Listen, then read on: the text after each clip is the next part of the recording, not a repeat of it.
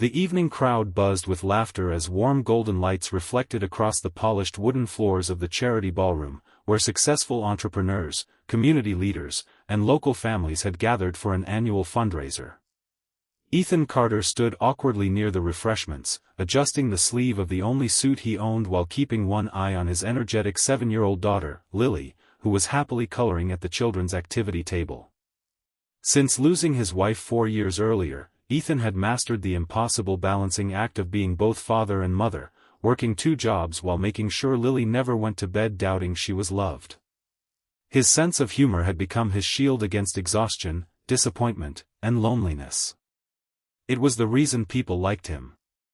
Even when life became unbearable, Ethan always found a joke to lighten someone else's burden before thinking about his own.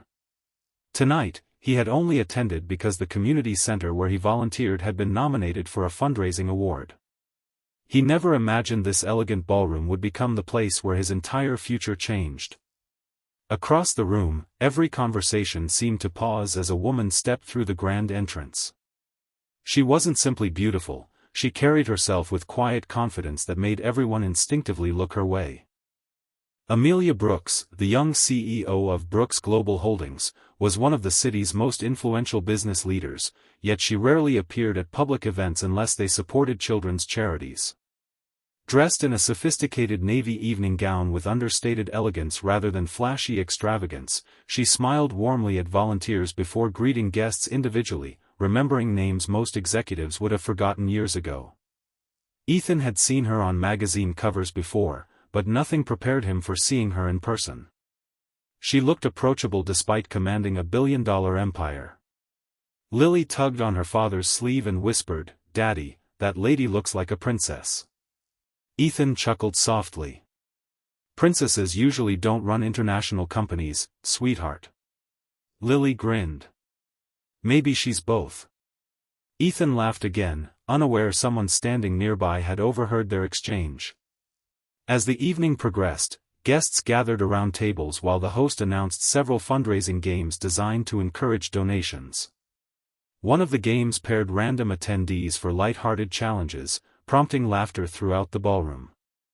Ethan found himself unexpectedly standing beside Amelia when their names appeared together on the large projection screen. The audience applauded playfully as they walked toward the stage. Trying to hide his nervousness, Ethan smiled and jokingly asked loud enough for nearby guests to hear, "So, who's the lucky man tonight?" The crowd laughed.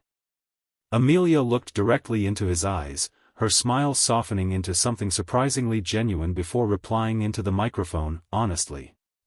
"I was hoping that would be you." For a split second, silence swept across the ballroom. Hundreds of guests stared in complete disbelief. Ethan blinked, convinced he had misunderstood. Then the audience erupted into laughter, applause, and playful cheers. Ethan scratched the back of his neck, his face turning crimson. "Well," he joked, "I definitely didn't rehearse for that answer." Even Amelia laughed, though something about the way she continued looking at him suggested her words weren't entirely meant as a joke. The fundraising game continued, but neither of them paid much attention to the scripted questions anymore. Instead, they found themselves talking naturally about ordinary things, favorite books, terrible cooking disasters, embarrassing childhood stories, and Lily, who proudly interrupted to announce that her dad made the world's best pancakes even though they were sometimes shaped like dinosaurs by accident. Amelia knelt beside Lily instead of merely smiling politely. "Dinosaur pancakes sound much better than regular pancakes," she said. Lily nodded enthusiastically. "Daddy says food tastes better when it looks funny." Amelia laughed harder than Ethan expected, and for the first time in years, he caught himself smiling without forcing it. He couldn't explain why talking to this extraordinary woman felt surprisingly easy.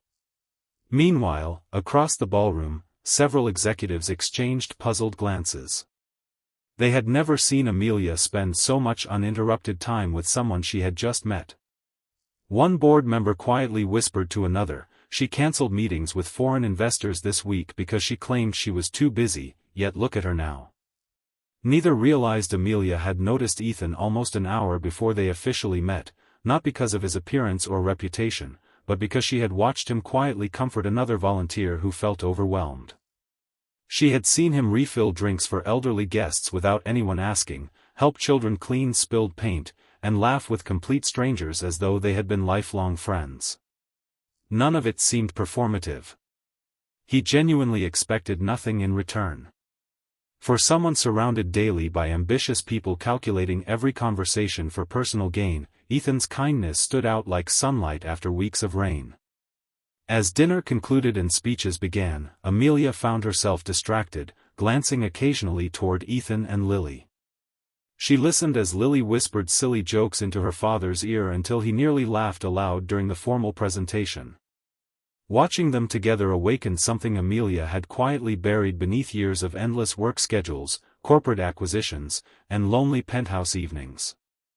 Success had given her everything money could buy except the one thing she secretly wanted most, a family. She had stopped believing genuine connection still existed in a world where everyone recognized her name before learning her personality. Ethan, however, hadn't treated her like a billionaire or celebrity. He treated her like a normal woman sharing a conversation. That difference meant more than she could explain.